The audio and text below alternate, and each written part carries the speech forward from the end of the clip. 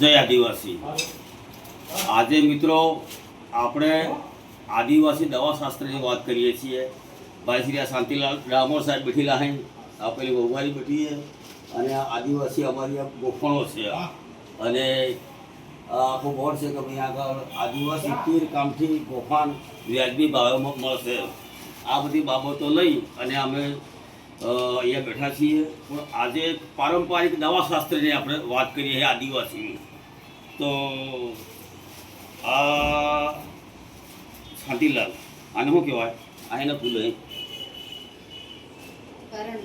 ના કરણ નથી, જાસૂદનું ફૂલ છે, બરોબર છે।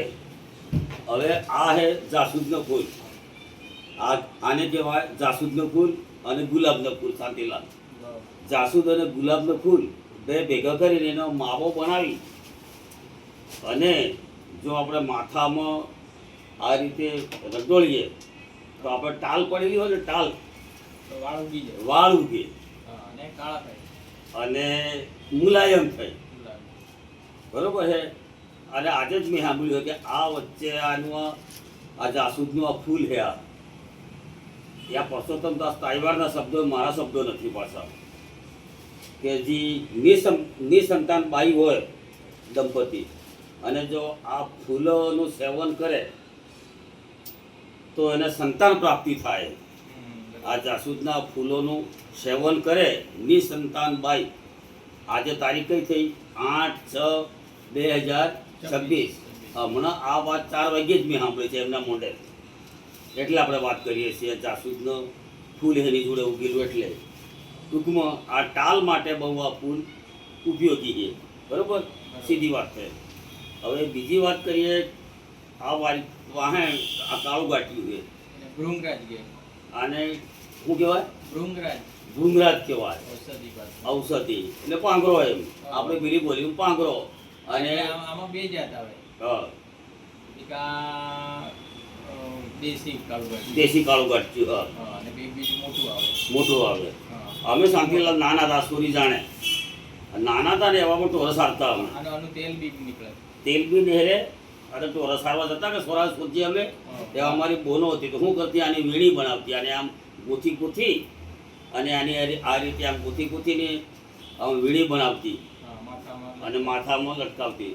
પછી આને શું બનાવતો, પેલો પગલ પહેરવાનું શાળા બનાવતી, પછી અહીં પહેરવા સારું આમ બંગડી જેવું બનાવતી। હા, આ બોન કે અમારી મમ્મી બનાવે છે। તો આ કાળું ગાંઠિયુંનું એ રીતે બનાવતો અને આમ થોડું વરસાદી સમયમાં મજા આવતી। હવે પ્લાસ્ટિક થઈ ગયું। હવે આ વસ્તુ કાઢી થાય શાંતિલાલ, ભેજવાળું હવામાન હોય, ઠંડો એરિયા હોય, હવે આ વરસાદ પડી ગયો હમણાં, એવામાં કાળું ગાંઠિયું ઘણું ઉગી રહે છે। હવે ખાસ કરીને કાળું ગાંઠિયું છે ને એક ઔષધિ તરીકે વાત કરીએ આપણે તંદુરી થઈ ગઈ હોય, તંદુરી સાંગું થઈ ગયું હોય, તંદુરી થઈ ગઈ હોય તો આને મહેડી અને એનો રસ, બરાબર છે, એ સાંધા ઉપર લગાડવાનો 2-4 વખત તો તંદુરી મટી જાય। અને એવામાં આનો જ ઉપયોગ કરતો હતો આપણો ડોહો ગાયડમન તો, આ કાળા ગાંઠિયાનો ઉપયોગ કરતો હતો, બીજાનો ઉપયોગ કરતો નહોતો। હવે આગળની વાત કરીએ ઔષધીય રીતે, તમે કીધું હમણાં ભૂંગરાજની વાત કરી, એટલે પેલો ભૂંગરાજ તેલ એમ કીધું તારે આપણે પેલી પાસામાં કીધે, તો આને શું કરવાનું, બરોબર ખાંડી નાખવાનું, ખાંડી નાખી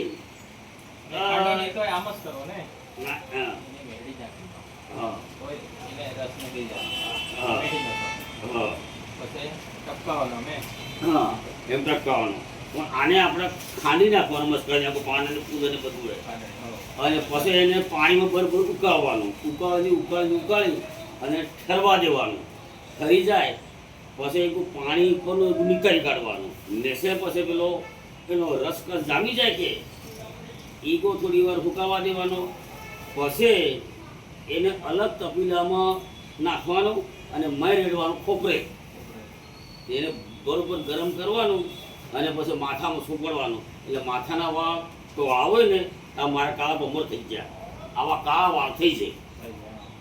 હા, આ બિલકુલ સાચી વાત છે। એટલે પાછા આપણે બજારમાં પેલા બધા વેપારી જેમ બધું લટકાવી રાખે અને કે મહાપુંગરા તેલ એમ કે અરે હું મહાપુંગરા કાળા ગાંઠિયાનું તેલ યાર. તેલ હા આ સીધી વાત છે, બિલકુલ સીધી વાત છે, સત્ય વાત છે.